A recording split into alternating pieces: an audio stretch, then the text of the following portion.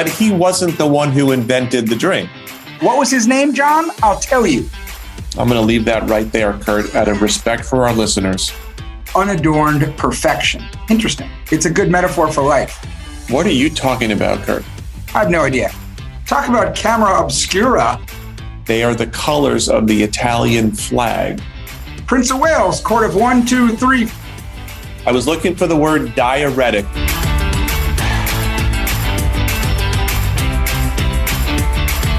Well, here's a little sunshine coming to your ears. It's a smart Drivel podcast.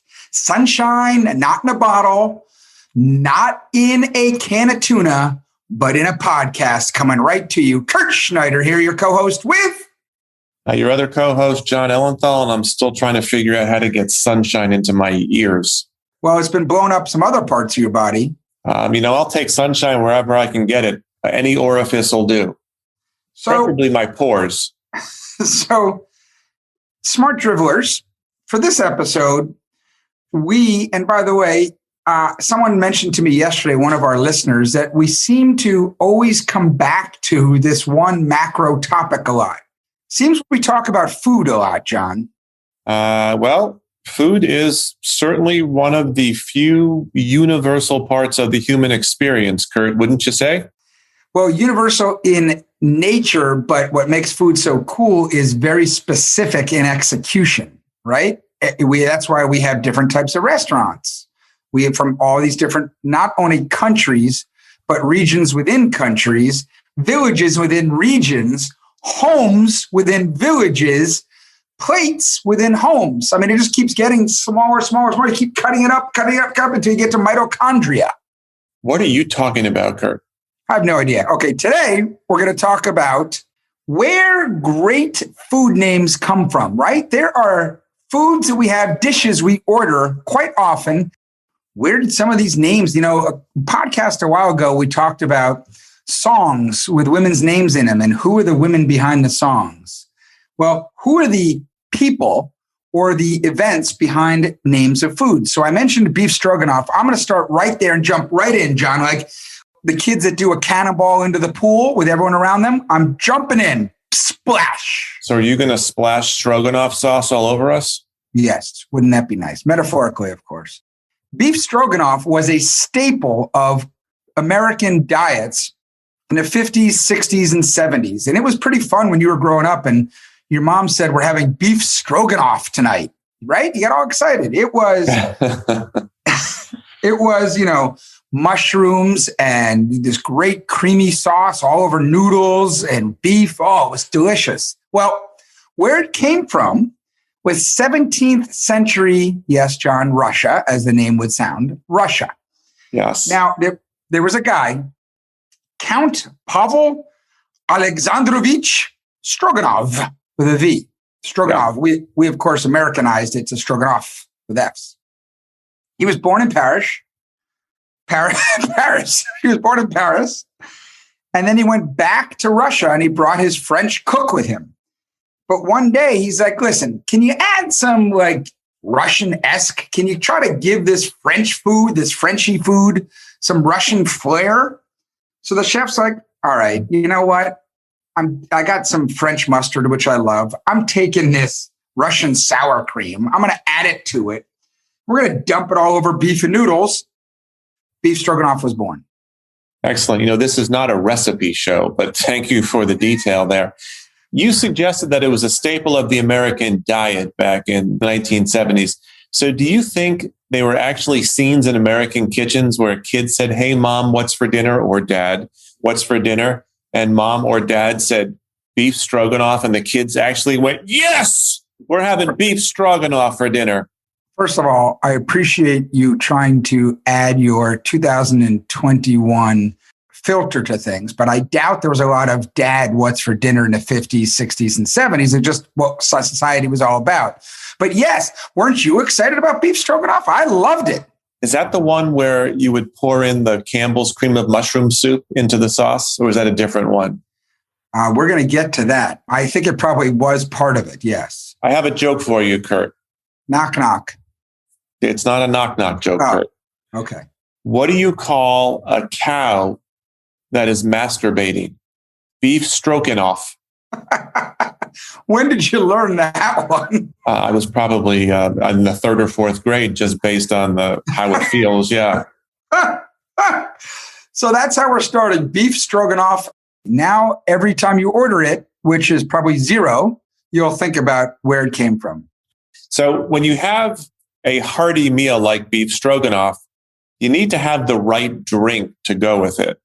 Let me ask you a personal question. Kurt, are you a pepper? Oh, Dr. Pepper you're talking about. Remember the commercials? I'm a pepper, you're a pepper. Wouldn't you want to be a pepper too? Yes. Is there a lot of pepper, habanero in the drink? No, but did you ever wonder who this Dr. Pepper guy was? Not really, because, that's the purpose of Smart Drivel, because you've never wondered who the Dr. Pepper guy was. Let's wash down our beef stroganoff with a can of Dr. Pepper. There actually was a doctor, Dr. Charles Taylor Pepper, but he wasn't the one who invented the drink, because that would have been too easy. He had a former assistant named Wade Morrison and a colleague, Charles Alderton. They were the ones that they invented Dr. Pepper and chose the name. And they chose the name because it sounded medicinal. And back in the days, as we've discussed with the origin of Coca-Cola that had cocaine in it, there was sort of a fad going on for tonics of sort mixed with carbonated beverages. So they thought it would sell better if they called it Dr. Pepper. I don't know that I've ever had a Dr. Pepper, and I think it's because someone once told me, probably erroneously, that it had like prune juice in it, and it made you, what's the word I'm looking for, Kurt? Go to the bathroom. Okay, I was thinking of something a little bit more fanciful, but sure. Laxative qualities. I was looking for a single word, Kurt. You could diuretic. I was looking for the word diuretic, and what you came up with is going to the bathroom. No, I said laxative. And the thought about laxative, I just thought about this. It comes from, I'm sure, that it gets your body to relax so you can have a movement. Not Beethoven's Fifth, but something else. I'm going to leave that right there, Kurt, out of respect for our listeners. So, by the way, I know we did pet peeves a couple of weeks ago, but people who order soda, adults who order soda at dinner in a restaurant, that's a pet peeve of mine. I'm reluctant to ask why. So I think what I'll do is I'll tell you that there was a pet peeve that I discovered the other day that I wish I had added to our episode. And that is the near certainty that when you squeeze a mustard bottle or a ketchup bottle, no matter how vigorously you have shaken the contents before the aforementioned squeeze, you're going to get some very clear liquidy ketchup or mustard water that makes what you're putting it on soggy. Yeah. Why? What the? Come on, man. And if it's a sandwich, a lot of time it is, and you're putting it directly on the bread, it makes the bread soggy. John, I'm going to bring you back to 1943 to Piedras Negras, Mexico, which of course means black stones, Mexico. And Piedras Negras, John, is just over the border from a U.S. military base in Fort Duncan, Texas. 1943, we're preparing for World War II. We're in World War II, of course, as of December 7th, 1941. So we're in it, and things are cranking in the military bases. Well, one day, a lot of the military wives decided to go to Piedras Negras for a shopping trip. So they went across the border. They went into Mexico. They had a nice time shopping, but they got really hungry. So they went to the Victory Club, and the maitre d' took pity on them. And this is going to be a theme throughout this podcast. He went into the closed kitchen and threw whatever he could, whatever he had, into one dish, heated it, gave it to them, and they loved it. They loved it so much, he put it on the menu. What was his name, John? I'll tell you. Ignacio, his nickname, Nacho Anaya. And that's how we get nachos. So we thank the wives and Ignacio for giving us this wonderful dish. And that was a great gift. And maybe that would have been a better dish to wash down with Dr. Pepper than beef stroganoff. Kurt, there was a certain incongruity in that story that I want to point out.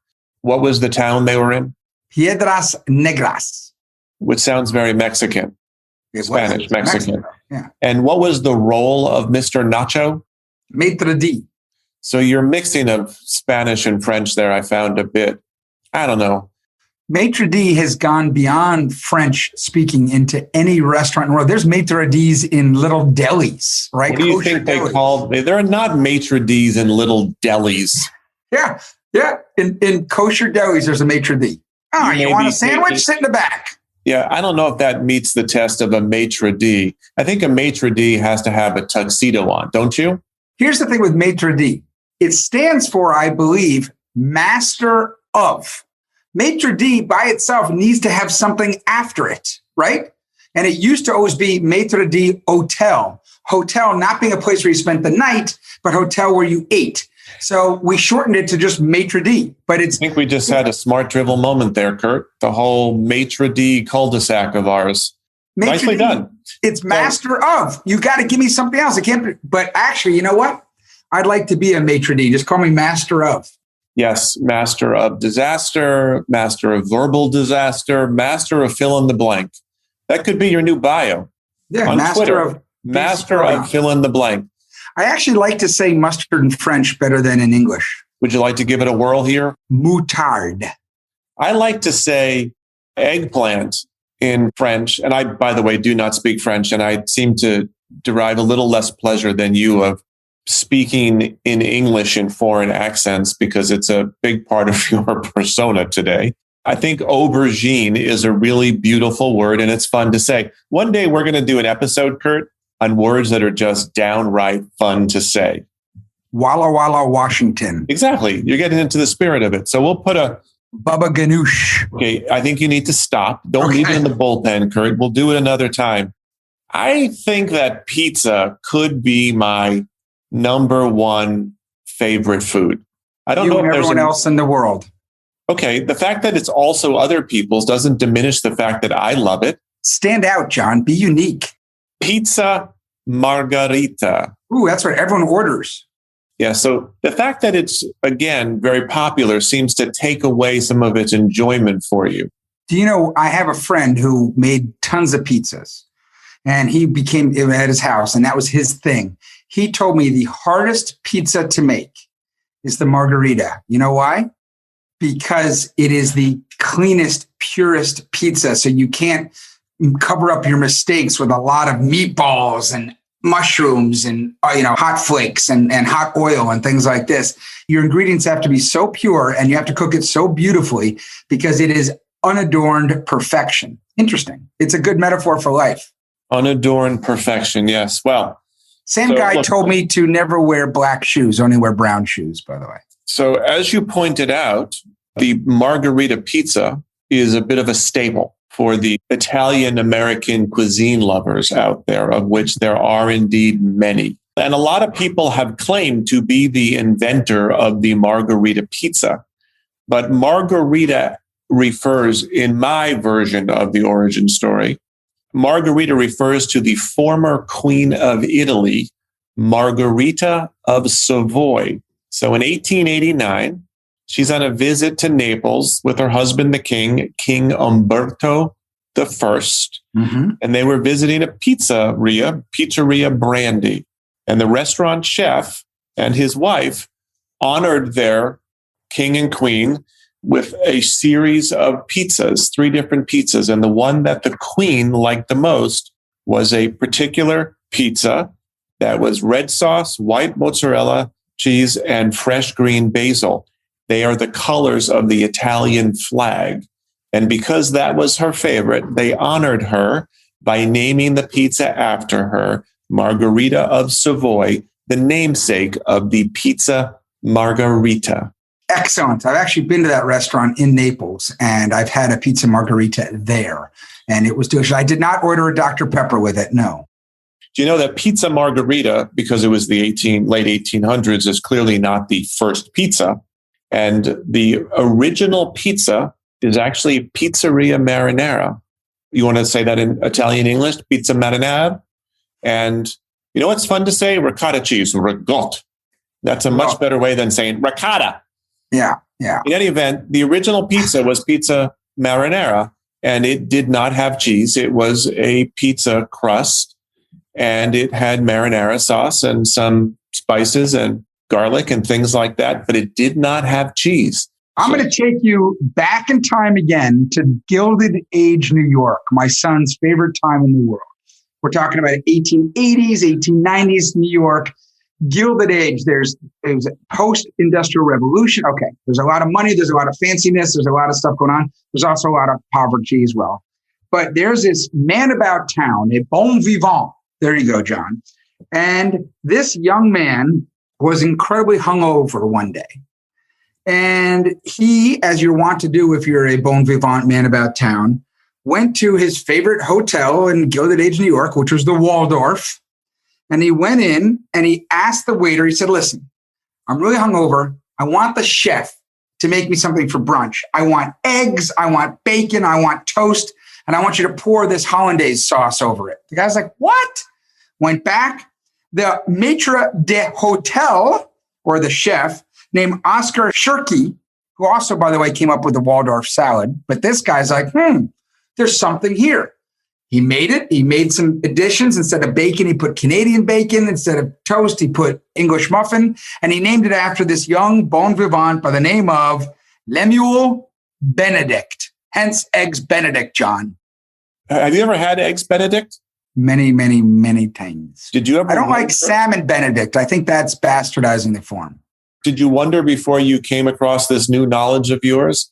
Did you ever wonder if it came from Benedict Arnold? As do most people, yes. Some people thought it was named after Pope Benedict, but they're wrong because he was a recent pope. Wasn't the Andy Garcia character in Ocean's 11, wasn't his Terry Benedict, right? Wasn't his name Benedict?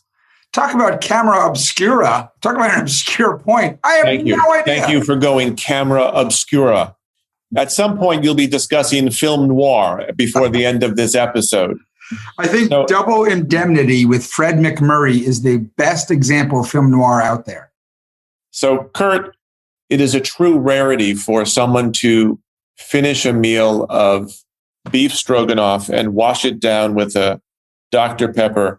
I doubt many people have finished up their Eggs Benedict and said, you know what I would love now? A Tootsie Roll. The Tootsie Roll, which was invented or brought to the market in the late 1800s by a gentleman by the name of Leo Hirschfeld, who is given credit for being the developer of the first paper-wrapped penny candy in, of course, New York. He named the Tootsie Roll after his daughter, Clara, who had the nickname Tootsie. So Clara Tootsie Hirschfeld. So I'm taking you back to New York, or sticking there, Gilded Age, 1876. A sea captain in the West Indies invented this dish because he's a sea captain. He's out there catching all sorts of fish and crustaceans. He gets a lobster and he adds all the stuff to it, eggs, heavy cream, pepper, because, they're on the ship and they need to get full and sticky bellies. And he brings it to the famous Delmonico's restaurant in New York, the Delmonico brothers. They had a couple of locations. Anyway, by the way, a lot of dishes were started there, like the steak Delmonico, right? But anyway, this guy's name was Ben Wenberg. So they put it on the menu, the sea captain, as lobster a la Wenberg. Then he has a falling out, as it happens to do, with the Delmonico family, and they take it off the menu. Screw you, Wenberg. But their patrons say, that was pretty good. Can you put it back on? So they did, very sneakily, so they don't get in trouble with the SEC, which didn't exist then. It had nothing to do with the SEC, but the government. They switched some letters, and Lobster Wenberg became Lobster Newberg, and that's how we get it. I am surprised you have not brought up Chateaubriand, because Chateaubriand, first, is a word in English that you kind of say with a little accent so you can sound all superior. Chateaubriand. But when you look at who it was named after, of course, it's a cut and a recipe for a steak. It's named for Vicomte Francois René de Chateaubriand, which is a series of words that I would imagine you would have great pleasure in ripping off there. He was born in the late 1700s, died in the mid 1800s. He was a French writer and diplomat. His chef is thought to have created the dish around 1822 while Chateaubriand was ambassador to England. So you could have gotten in a lot of really fancy words in this. What they have not discovered is who invented Chateaubriand for two, because when I've ever seen it on a menu, it always says for two. Is it not possible to make Chateaubriand for one? I've seen it for one. I think we had it in the 70s a lot. It was like the pinnacle of food in the 70s to have Chateaubriand. I don't see it on the menu too often anymore. But this is like right up your alley, though. I mean, this guy was a writer. He was a diplomat. He was the ambassador to England. He had a really long French name. And the most important part of his name for posterity is Chateaubriand. Would you like to join me, Kurt, in saying Chateaubriand? Chateaubriand. I thought his name was Briand, and it was from his house, Chateau. Well, so his house, of course, Chateau means house, but that was his family name. And I could see you walking into a restaurant or a hotel in the Gilded Age of New York and saying, excuse me, maitre d', maitre d' hotel, do you have nachos or perhaps Chateaubriand? So I'm going to give you one last one here because we're running out of time. But Jon, whether it's now or in your 30s or in your college days, did you ever go to and have an evening where you imbibed a little too much, drank a little too much, perhaps smoked a little too much, and you got very hungry in the middle of the night? I'm going to go with yes. And you went to the kitchen and said, just give me some food and we figure out how to make whatever I can in here? Because we did that a lot. Well, guess what? There's a guy who did that. The nice thing is he owned a restaurant. It was called the Brown Derby in Los Angeles. It's a very famous restaurant. It was 1937. And like the nachos thing, he was in the kitchen late at night. He was drunk and hungry and needed something. And he just threw everything he had in the kitchen into a bowl, mixed it up. His buddy was there, Sid Grauman of the famous Grauman's Theater. And Sid ate it with him, thought it was terrific. The next day, Sid came back and said, I want that again. My buddy Robert Bob Cobb of the Brown Derby, give me one of your Cobb salads. Hence the Cobb salad was born. Jon, give me one to end this podcast. This particular dish was created for the then Prince of Wales, one Edward VII, Great back in 1896, which you'll recall, since you're an excellent listener, was the same year the Tootsie Roll was introduced to New York City candy store shoppers. And this took place at the Café de Paris in Monte Carlo. And I don't know why we just say Monte Carlo all flat and not with a French accent. Any thoughts on that? Yes, it's because we all grew up with the Chevy Monte Carlo, and it was said as Monte Carlo. Yes, and that's clearly why, because the Monte Carlo, which came around much later and did not come with a kitchen in its backseat or its trunk. So the prince ordered a special dessert for himself and his young female companion. The chef, Henri Carpentier, produced this flaming crepe dish. And Edward, the prince, reportedly asked that the dessert be named after his companion, Suzette, rather than himself. And that is how we got crepe Suzette. And then they took some Armagnac and gave it to everyone. And someone said, aha, Prince of Wales, court of 1, 2, 3, 4 with their elbow pointing out. And they made everyone drink because that's how we got the drinking game. Wales. So Wales lost his tails, Wales tails on 2. This has been fun. Kurt and I will be back next week with a brand new episode of Smart Drivel, where we promise the dribble and hope for the smart. Until then, we hope your life is filled with smart dribble. See you next week. Thank you, everybody. Bye-bye. Bye, guys.